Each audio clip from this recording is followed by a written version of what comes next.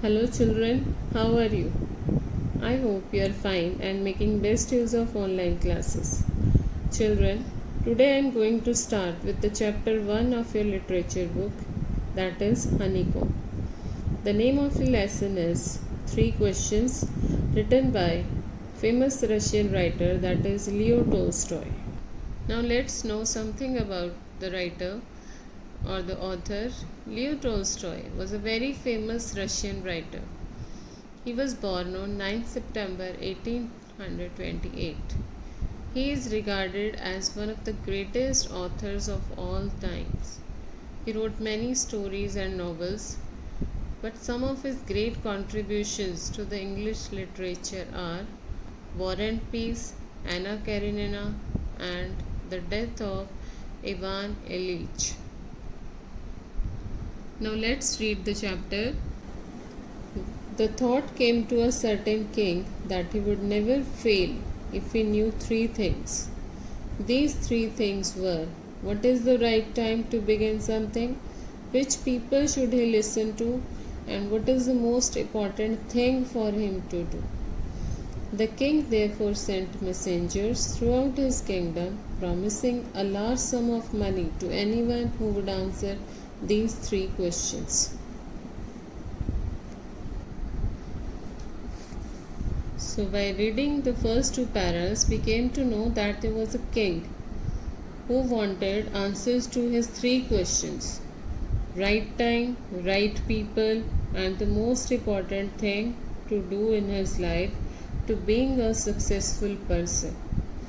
And he sent men from his palace throughout the kingdom, and he promised them to give a large amount of money to the person who would answer rightly to the 3 questions.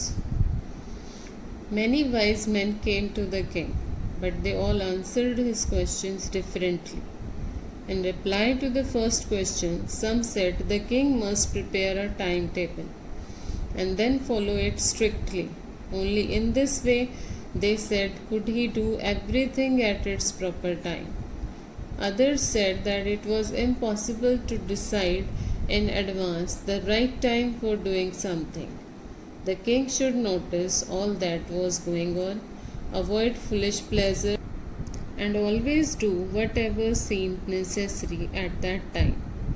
Yet others said that the king needed a council of wise men who would help him act at the proper time. This was because one man would find it impossible to decide correctly without help from others, the right time for every action. In answer to king's questions, many wise men came to his palace, and they all had different opinions. Some suggested him to do things properly, that he should maintain a timetable and follow it strictly. Others asked him to avoid unnecessary pleasures and do whatever seems to be most important at that time. Some advised him to take the help of a group of wise men to guide him time to time. But then others said that there were some things which could be urgent. These things couldn't wait for the decision of the council. In order to decide the right time for doing something, it is necessary to look into the future, and only magicians could do that.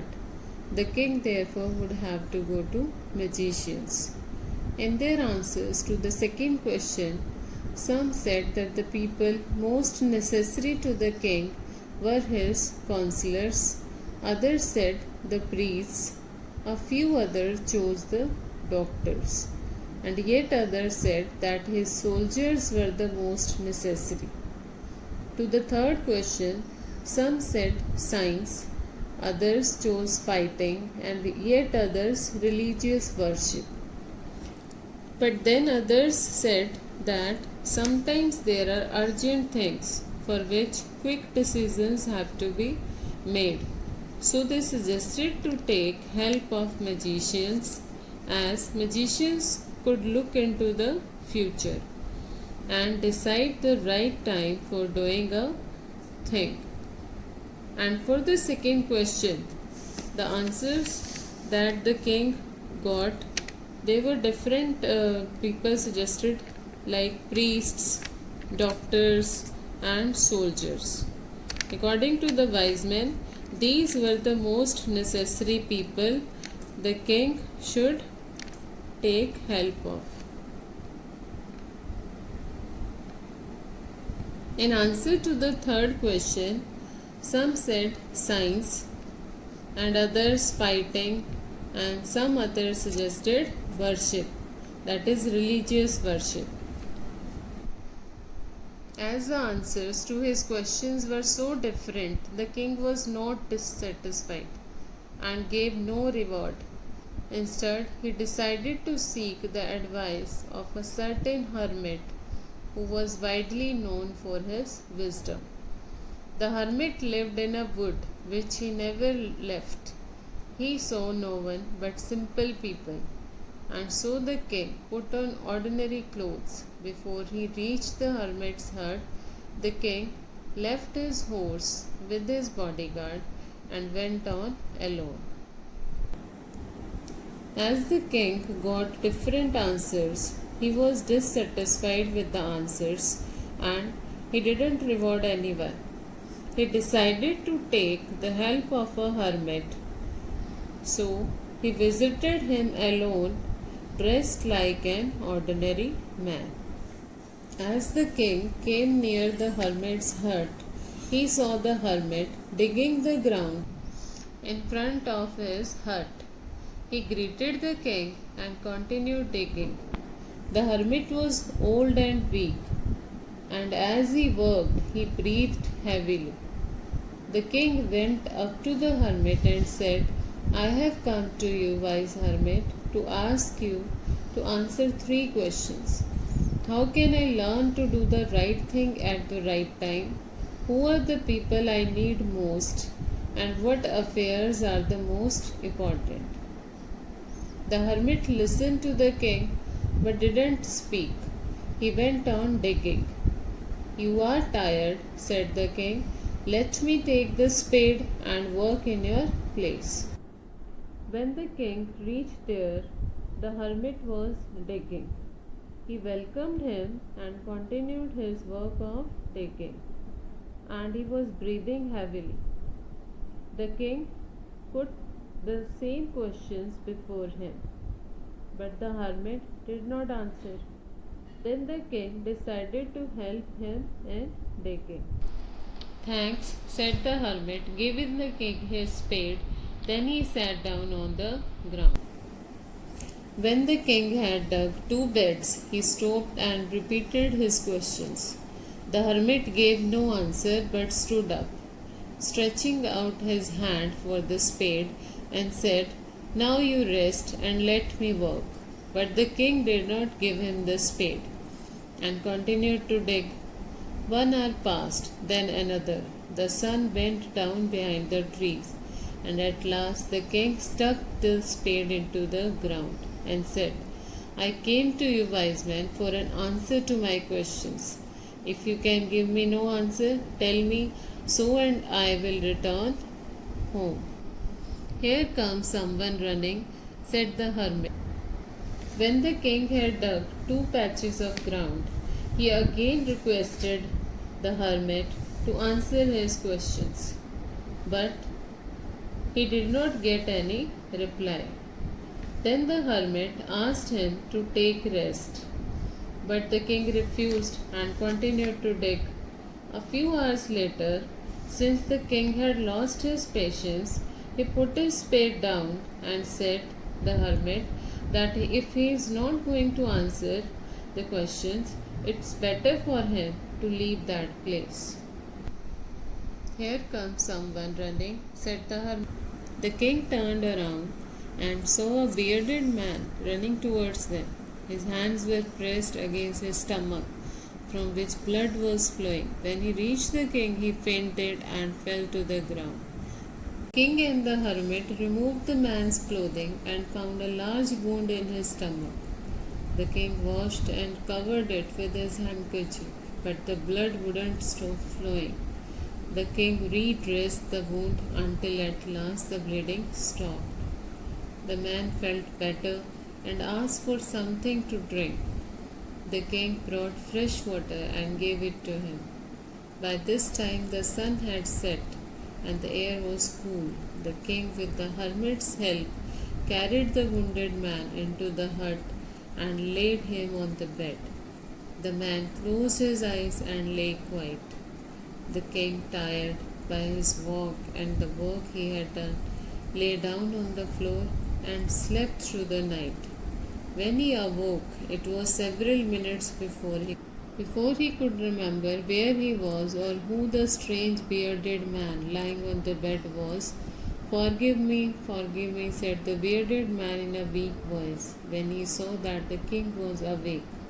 I don't know who you and have nothing to forgive you for, said the king. Then both of them noticed a bearded man coming towards them. The man was badly injured and fainted as he came near to them. They dressed his wounds until the bleeding stopped. He was served fresh water by the king.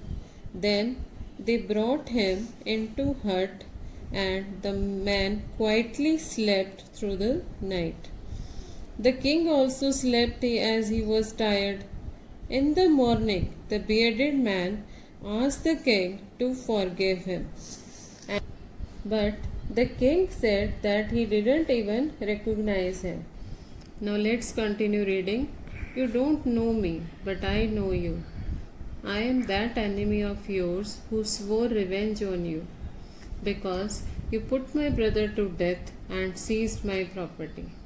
I knew you had gone alone to see that hermit, and I made up my mind to kill you on your way home. But the day passed and you didn't return, so I left my hiding place and I came upon your bodyguards who recognized me and wounded me. I escaped from him, but I should have died if you had not dressed my wounds. I wished to kill you, and you have saved my life. Now, if I live, I will serve you as your most faithful servant and will order my sons to do the same. Forgive me. The king was very happy to have made peace with his enemy so easily and to have won him over as a friend. He not only forgave him but said he would send his servants and his own doctor to look after him, and he promised to give back the man his property. Now, what is mentioned in these two paras? The bearded man told the king that he had come to take revenge from him, as the king had killed his brother and had taken all his property. He wanted to kill the king while returning from the hermit's place. But the king's bodyguards attacked him on the way and he was injured, while the king saved his life. So he was very thankful to the king and became his friend. The king, on the other hand, was very happy to have made peace with his enemy so easily and promised him to return all his property. Let's continue reading again. Leaving the wounded man, the king went out of the hut and looked round for the hermit. Before going away, he wished once more to get answers to his questions. The hermit was on his knees sowing seeds in the beds that had been dug the day before. The king went up to the hermit and said, "For the last time, I beg you to answer my questions, wise man." "You have already been answered," said the hermit, still bending down to the ground and looking up at the king as he stood before him. "How have I been answered? What do you mean?" So after that, the king decided to leave the hermit's hut. But before going, he requested the hermit to answer his questions again. But the hermit replied that he had already got his. Let's read. Don't you see, replied the hermit, if you had not pitied my weakness yesterday and had not dug these beds for me, you would have gone away. Then that man would have attacked you and you would have wished you had stayed with me. So the most important time was when you were digging the beds. And I was the most important man, and to do me good was your most important business. Afterwards, when the man ran to us, the most important time was when you were caring for him. Because if you had not dressed his wounds, he would have died without having made peace with you. So he was the most important man, and what you did for him was your most important business. Remember then, there is only one time that is important, and that time is now. It is the most important time because it is the only time we have any power to act. The most necessary person is the person you are with at a particular moment. For no one knows what will happen in the future and whether we will meet anyone else. The most important business is to do that person good because we were sent into this world for that purpose alone. So, in these paras, the king finally got the answers to his questions. The hermit said that when the wounded man arrived, the most important time was when he was caring for him. Otherwise, he would have died. So, at that moment, the wounded man was the most important man, and nursing him was the most important business. The hermit said that the most important time is the present moment because it is the only time when we have the power to act. The most important person at a particular moment is we ourselves because future is unknown to us. The most important job is to do good to others because we have been sent to the earth for this noble cause only. Children, I hope you have understood the chapter. I will provide worksheets related to this chapter soon. Listen it again for better understanding. Thank you.